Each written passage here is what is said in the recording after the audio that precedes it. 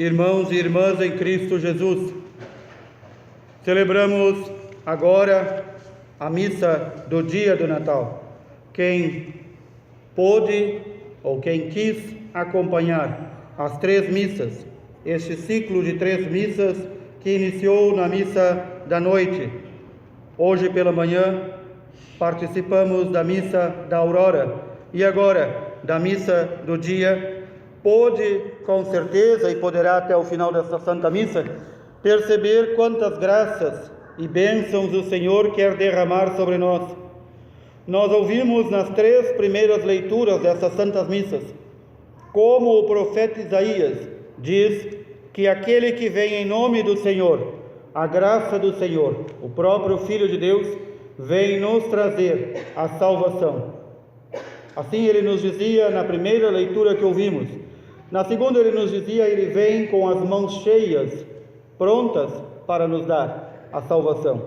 E agora, louvando também todo o ser daquele que vem em nome do Senhor, o profeta Isaías disse-nos: como são belos os pés daquele que anuncia e prega a paz, de quem anuncia o bem e prega a salvação. Aqui está algo que muitas vezes não reconhecemos. Em um mundo tomado pela guerra, em um mundo tomado pela discórdia, em um mundo onde desde o amanhecer abrimos nossa casa para toda desgraça, toda desordem entrar, nós já não percebemos. Bendito é o Senhor que nos traz a paz, a segurança e a salvação. Bendito aquele que vem em nome do Senhor. Assim também nós poderemos ser chamados de benditos diante do Pai, se nós também portarmos a salvação que recebemos, se nós, tendo acolhido a salvação que o Senhor nos quer dar, também formos um veículo, um meio, um instrumento de Deus para portar a salvação. Este Senhor glorioso quer vir até nós, e Ele muitas vezes quis fazer esta aliança e fez com os homens. Todas as vezes, nós, homens, nós, a humanidade, quebramos a aliança de Deus. E nós, em nossa vida particular também, quantas vezes quebramos esta aliança de amor, pelo pecado, pelo afastamento, pelo nosso próprio amor a si mesmo, o amor próprio, que não nos permite muitas vezes conhecer o Senhor em nossa vida. E então, São Paulo, na carta aos Hebreus, vai nos dizer: Deus no passado falou pelos profetas, mas nos nossos tempos, que são os últimos tempos, começam com a pregação dos apóstolos e irão até o último dia em que ainda a humanidade viver nesta terra. Estes últimos tempos, Ele nos falou por meio de seu Filho. Todo o universo pôde contemplar, todo o universo pôde ver a salvação. Todos nós podemos ver a salvação que o Senhor traz à nossa vida, mas muitas vezes não vemos. Olhando, não vemos. Enxergamos, mas não percebemos. E então, aqui novamente se recorda quantas vezes nós fomos levados a ouvir a palavra de Deus. Quantas vezes ouvimos da palavra de Deus que nós, pelo batismo, fomos tornados filhos, filhas de Deus. E nós nos esquecemos. E nós nos comportamos, na maior parte do nosso tempo, como meros animais. E nos esquecemos que nós não somos meros animais, que nós não rastejamos, que nós não andamos de 4, que nós não só comemos ervas, que nós não fazemos as coisas dos animais, porque nós somos seres humanos. E mais do que seres humanos, nós, pelo batismo, fomos feitos filhos de Deus. E, portanto, a dignidade a qual fomos elevados supera qualquer dignidade do mundo. Qualquer título, qualquer coisa do mundo é nada perto da dignidade de ser chamado filho de Deus. Ainda na carta aos Hebreus, nós ouvimos claramente: quando o Senhor Deus enviou seu Filho único ao mundo, disse: Tu és o meu filho, hoje eu te gerei para toda a eternidade. E nós somos filhos de Deus por causa do Filho de Deus. Nós somos filhos no Filho. É por causa do amor de Deus a seu Filho, de tê-lo enviado, é que nós nos tornamos filhos de Deus. Foi o Filho de Deus que nos concedeu o batismo por meio da sua igreja. Portanto, a nossa dignidade de filhos de Deus ultrapassa todas as dignidades do mundo. E muita gente ainda não se deu conta. Quando o Senhor envia seu Filho, Ele diz: não chamei a nenhum anjo de meu filho, porque os anjos não são filhos de Deus, são criaturas de Deus.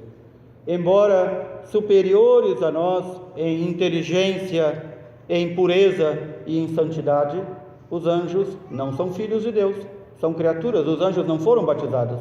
Só quem é batizado se torna filho de Deus. Portanto, a nossa dignidade, aquela que recebemos no batismo, é superior à dignidade dos anjos. Portanto, em nossa vida devemos viver de modo mais santo e mais puro que os anjos. Aqui se trata de tirar as consequências lógicas daquilo que ouvimos, daquilo que aprendemos, e não muito menos ou apenas achar bonito. Achar bonito não nos serve para nada. Assim, a palavra de Deus nos ensina para aprendermos, para contemplarmos esta salvação e a partir disso mudarmos a nossa vida. Nós ouvimos também há poucos minutos este evangelho, o prólogo, assim chamado, o prólogo do evangelho de São João, que em todas as missas, na forma extraordinária, quase em todas, ao final da Santa Missa ele é novamente lido. Mesmo que tenha tido o evangelho na missa, de novo ele é lido. Por quê? Porque desde cedo o povo de Deus percebeu neste evangelho que declara de modo categórico que o Verbo de Deus, a Palavra de Deus, estava desde toda a eternidade com o Pai. O Filho de Deus estava, e sem ela Deus nada teria feito. Foi por meio de Jesus que Deus, Pai, fez tudo o que há no universo. E então, nós nos recordamos há pouco da primeira oração do dia da Santa Missa, que dizia: a natureza, o mundo criado admiravelmente por Deus, ele agora é recriado quando o Pai envia seu Filho. Novamente vai ser dito que vai ser recriado de forma mais perfeita ainda com a ressurreição de seu Filho. Mas hoje queremos recordar este nascimento, deste que veio, como diz São João, veio para os seus, e os seus não o receberam. Também se diz, não o acolheram. Aqui não se trata apenas daquela falta de acolhida que Jesus teve ao nascer, mas durante toda a sua vida. Ele que é Palavra de Deus, Deus de Deus, luz de Deus, Deus verdadeiro de Deus verdadeiro, não foi reconhecido, e por isso os seus não o acolheram. Mas diz São João, aqueles que o receberam, aqueles que o acolheram, deu-lhes a capacidade de se tornarem filhos de Deus. Ninguém se torna filho de Deus por causa do sangue, da descendência, da vontade do homem e da mulher, mas porque foi escolhido por Deus para ser seu filho. E este prólogo do Santo Evangelho, bem cedo, o povo de Deus, na história da igreja, foi pedindo aos sacerdotes, após cada Santa Missa, que rezassem, que recitassem esse trecho que nós ouvimos, o prólogo de São João, o início do Evangelho de São João. E por que o povo pedia? Porque sabia que nesta declaração da divindade de Jesus está presente também uma oração poderosíssima. Este prólogo, o início do Evangelho de São João, a Igreja também o usa no ritual do exorcismo, quando quer ordenar que o demônio saia da vida de uma pessoa, porque o demônio sabe que Jesus é Deus. Nós é que muitas vezes fazemos de conta que não sabemos, e então o demônio, ouvindo isso, se afasta. Também este povo de Deus, pelo menos desde o século IV, tem pedido aos sacerdotes que rezem, que leiam este Evangelho no final da Santa Missa, para que após assistirem, participarem da Santa Missa, recebessem a graça de uma nova bênção em suas vidas, que tivessem sua fé confirmada, que suas lavouras, que seus rebanhos fossem abençoados quando eles ouvissem este prólogo do Santo Evangelho. Também nossas famílias no passado, se alguém perguntar aos avós, vai ouvir isso, rezavam, recitavam, liam este Santo Evangelho, esse pequeno trecho, o prólogo de São João, nos dias de tormentas e tempestades, justamente quando queimavam os ramos bentos, quando acendiam uma vela benta. Para quê? Porque este Evangelho que ouvimos, este pequeno trecho, talvez o centro de todo o Evangelho, narra a origem de Jesus, a sua divindade, a sua co-substância com o Pai, e portanto tem o poder de afastar todo o mal e todo o pecado de nossa vida. Aqui também queremos recordar este Jesus, que hoje nos foi dado como menino, é da sua plenitude, da sua divindade, que nós recebemos graça por graça, o acúmulo de graça, o máximo de graça que podemos receber. Diz São João: por meio de Moisés nós recebemos a lei, mas a graça e a verdade nos chegaram apenas através de Jesus Cristo. E diz ainda, e completa São João: Deus ninguém viu, mas aquele que vivia desde toda a eternidade na intimidade com o Pai, este nos deu a conhecer, este nos fez conhecer quem é o Pai, e nos fez conhecer de forma perfeita e definitiva. Aqui está se fazendo eco também aquilo que São Paulo nos disse na carta aos Hebreus. Deus falou de muitos modos no passado aos nossos pais, através dos profetas, mas a sua palavra definitiva foi-nos dada por meio de seu Filho Jesus Cristo.